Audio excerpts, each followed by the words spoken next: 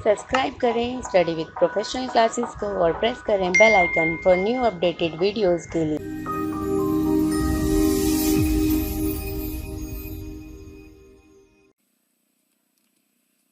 Difference between foreign direct investment and foreign portfolio investment, FDI और FPI में difference क्या है?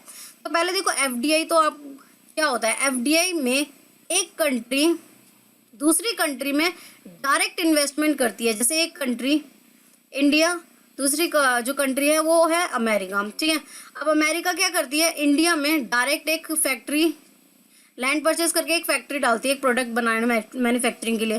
तो ये कहलाएगी हमारी एफडीआई, जिसमें उसने डायरेक्ट क्या किया, इन्वेस्ट किया, वहाँ के लोगों को एम्प्लॉयमेंट मिला, ठीक है, और वहाँ स्किल्स डेवलप करके उसने अपना बिजनेस स्टार्ट कर दिया, दैट इज एफडीआई। अब एफपीआई क्या होगा, वो यहाँ के कुछ यहाँ की कंपनी के, इंडियन कंपनी के कुछ शेयर परचेज कर ले, तो ये क्या कहलाएगी हमारी, ये कहलाएगी हमारी एफपीआई।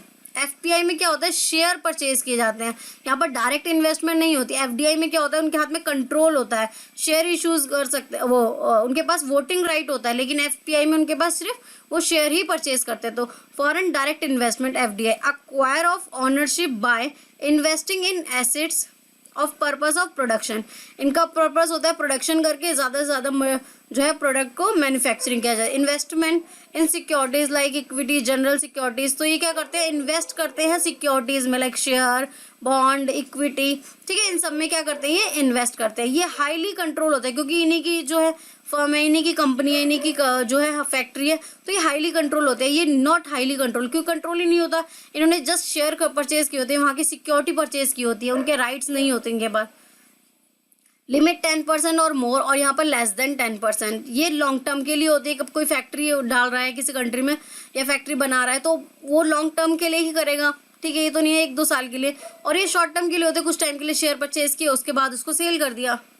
इन्वेस्टर एक्टिव्स होते हैं, यहाँ पर पैसिव होते हैं, आप शेयर खरीद लिए, ठीक है, यहाँ पर एक्टिव रहना पड़ता है, क्या प्रोडक्शन हो रही है, क्या मार्केटिंग है, क्या स्ट्रेटजीज है, सब पर ध्यान देना पड़ता है, नई नई टेक्नोलॉजी स्किल सब अपडेट करनी पड़ती है।